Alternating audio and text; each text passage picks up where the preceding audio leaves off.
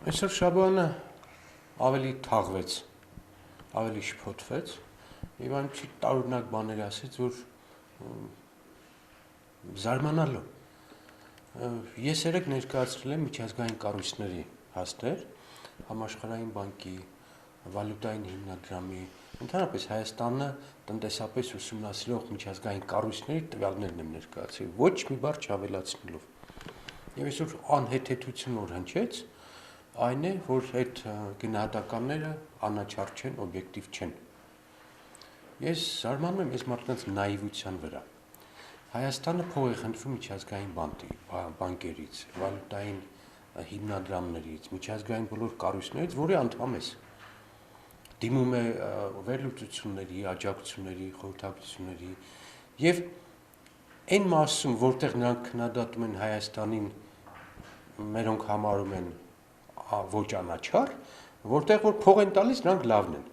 Այսինքն այդ կարգի արդեն անհեթեթություն լսում եմ ես մի քանի պաշտոնյաների կողմից, որ եվրոպական կառույցների գնահատականները սխալ են։ Եղբայր, եթե սխալ են, ձեր նկատմամբ անաչառ չեն, այդ մարդիկ դուրս եկեք, թքեք այդ կառույցները, դուրս եկեք, ինչի եք մնում։ Ձեզ համար կթքով են նրանք փող տան, հետո գնահատական տան, որ դու գողանում եք, գողանալու մասը ասեք, իրենք սխալ են անում։ Սա լրջագույն վտանգ է մեր երկրի արտաքին ընդհանրապես գործունեության համար, երբ մեր կառույցները, միջազգային կառույցների գնահատականները հաշվի չեն արհամարհում են։ Նույնը ընդորում զուգահեռ հենց հիմա բանն է, ԺՄԻԳ-ի, ԵԱՀԿ-ի զեկույցները։ Եթե չեք լսել ԺՄԻԳ-ի, ԵԱՀԿ-ի առաջարկներին, չեք մտել այդ կառույց։ Ինչ եք ստորագրել, որ կառույցների հանձնարարականը մեզ համար կիրառելի է։ Եվ սա արտաքին գործերի նախարարությունից եկող մինչև տնտեսական նախարարություններ եւ հանձնաժողովներ այս ախտը, այս հիվանդությունը բոլորի մոտ տարածված է։ Փաստը հետեւյալն է. Հայաստանը ունի մի քանի տնտեսական ցուցանիշներ՝ կոռումպացված երկիր, ստվերային երկիր, մենաշնորհների երկիր եւ դատաներ, որոնք չեն կարողանում այս դաշտում արդար որոշումներ կայացնել։ Գնացեք սա լուծեք։ Եվ այդ համառությունը, որ չկա այս նշածս երևույթները, հույս է չի տալիս, որ դու կարող ես դրա դեմ պայքարել։ Այսինքն, եթե դու ասես կոռուպցիա չկա, կոռուպցիայի դեմ ինչի պիտի պայքարես։ Եթե ասես մենաշնորհ չկա,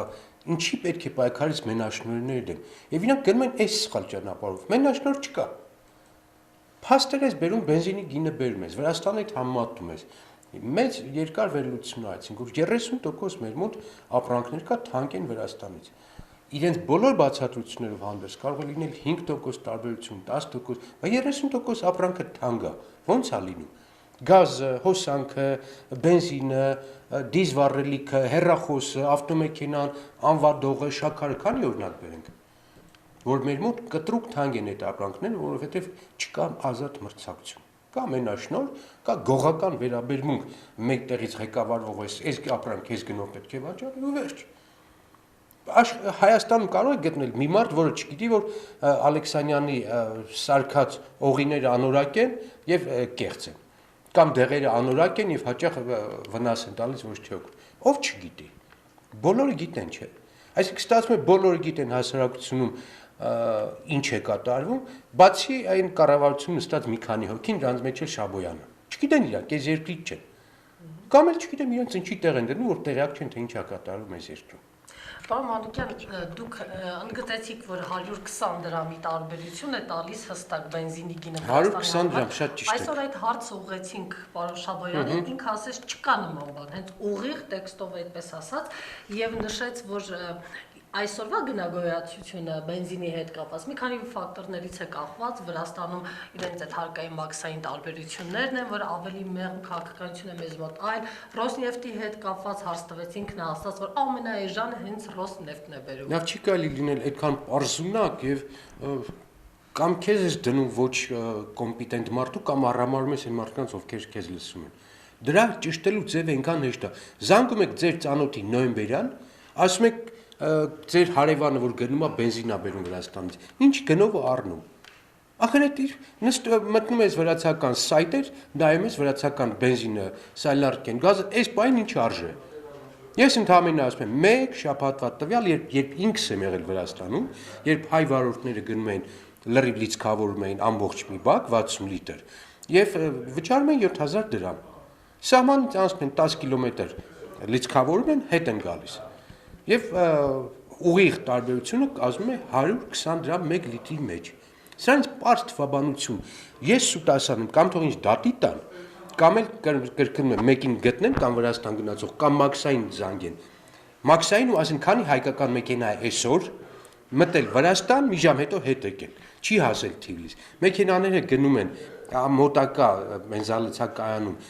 լիցքավորում են, մի կես ժամ հետո հետ են գալիս։ Ցանկացած մաքսավոր կարող է տեղեկությունը տալ։ Ու կառավարության անդամա չէ, իշխանավոր են։ Զանգեք ճշտեք ամեն օր, քանի հայկական մեքենա է մտնում Վրաստան, բենզին լիցքավորում հետ գալիս եւ ինչ գնով։ Ես այս վեճը կվերանա, չէ՞։ Կամ ինքը կդառնա սուտասան կամ ես։ Հիմա ես ասում եմ, որ ինքը սուտասան է։ Նշելով, որ մեր շուկաները, տնտեսական շուկաները մրցունակ չեն, ազատ չեն, փակ են, մոնոպոլիան ավելի գերիշխող է մեր շուկաներում, սակայն առանձնացրեցիք 1-2 շուկա, որտեղ ազատականացված է։ Խնդրեմ նորից, եթե հնարավոր է նշեք, որ շուկաները երեկվա ասածներին ավելացնեմ, որ փոստային ծառայությունների մոտ որոշակի ազատություն կա, այդ առումով մոնոպոլիա չկա այստեղ, գները համեմատության համար եմ ասում էժանը։ Եվ դե մեկը եւ կատակեր եւ բաներ,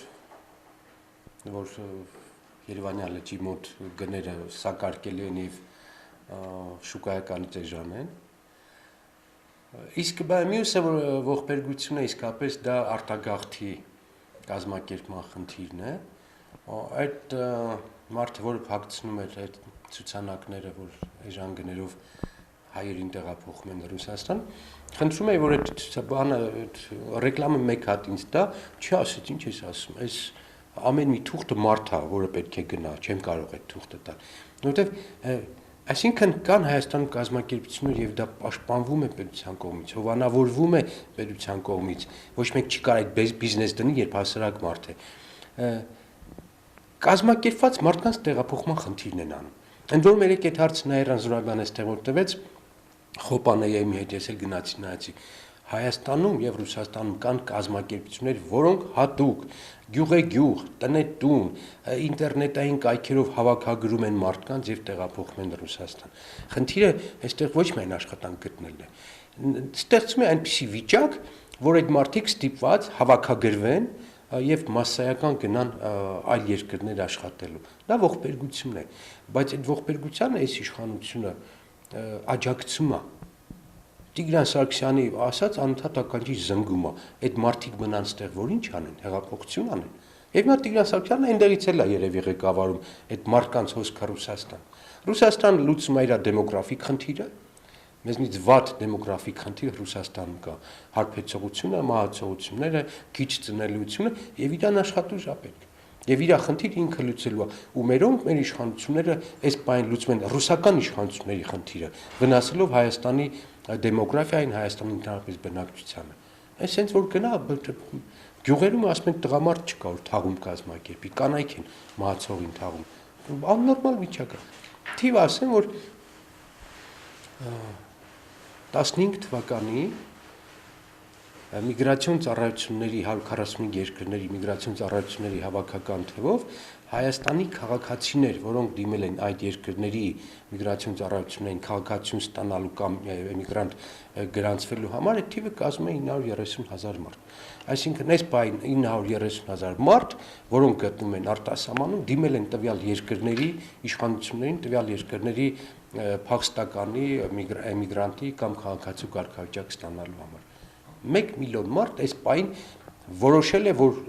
ուզում է դառնալ այլ երկրի քաղաքացի 15 թվականի տվյալներով, ոչ թե 15 թվականի ընթացքում։ Այսինքն այդ նախկին տարիների ընթացքում հավաքվել է եւ այդ թիվից այս բային կազմում է 930,000։ Սա պատմական ողբերգություն է, սա այս պահի ողբերգությունը չի, սա չլուծվող խնդիր է։ Մեր իշխանությունները գլուխներ ավազի մեջ թաղված իրանց բիզնես պրոյեկտներն են իրականացնում։ Պարոն Մանուկյան, եւ մի վերջի հարցն էլ ձեզ տամ, ելի կապված հանձնաժողովի ծրագրի հետ։ Այնտեղ հանձնաժողովի բոլոր հանձնաժողովների կարգավորող հանձնաժողովների պարագայում նշում է, որ ազգային ժողովը դա ընդհանրապես իգիտություն է ընդունում։ Այսինքն անդիմադիր գործիչները որքան էլ սխալները, խնդիրները մատնանշեն, դա քվեարկության ենթակա չէ, այլ ընդհանրապես ելույթ է, որը ասվեց ու գնաց։ Իսկ ինչ տարբերություն որ քվեարկեն եւ մեծամասնությունը 80-90-անով կողմ քվեարկի, ինչ է փոխվելու։ Դուք խոսում եք մեխանիկական, խնդրի մեխանիկական կողմի մասին, պարլամենտը հաստատի չքվարկի։ Այդ նույն կույր վերաբերմունքը, որ ազատ մրցակցություն չկա, որ կոռուպցիա չկա, պարլամենտում է, որտեվ երեք ասեցի, պարլամենտի մեծամասնության երեխեքա, հարցները, փեսեքա, աղբերները այդ նույն կառավարությունում են աշխատում։ Քանի հոգի կա, որ եղբայրը նշանակվեց փոխնախարար։ Քանի հոգի կա, որ ղեկավար պաշտոնների են գրավում կադաստրում, մաքսայինում, հարկայինում, քաղաքապետարաններում, թաղապետարանում։ Այդ ամբողջը այդ ցեղական ազգակցական կապը բերում է պարլամենտ եւ այդ պարլամենտից քվեարկել, որ այս ծրագիրը լավը չէր կամ Շաբոյանը ճիշտ չէր ասում, մոռացեք։ Խնդիրը քաղաքական է, խնդիրը տնտեսական չէ եւ պարլամենտը այն հիմնարկը չի, որ այդ խնդիրների դեմ կարողանա ամբոստանա անաչառ կարծիք հայտնի։ Շատ բարի, շնորհակալ եմ ձեզ, պարոն Մանուկյան, 1 րոպե, եթե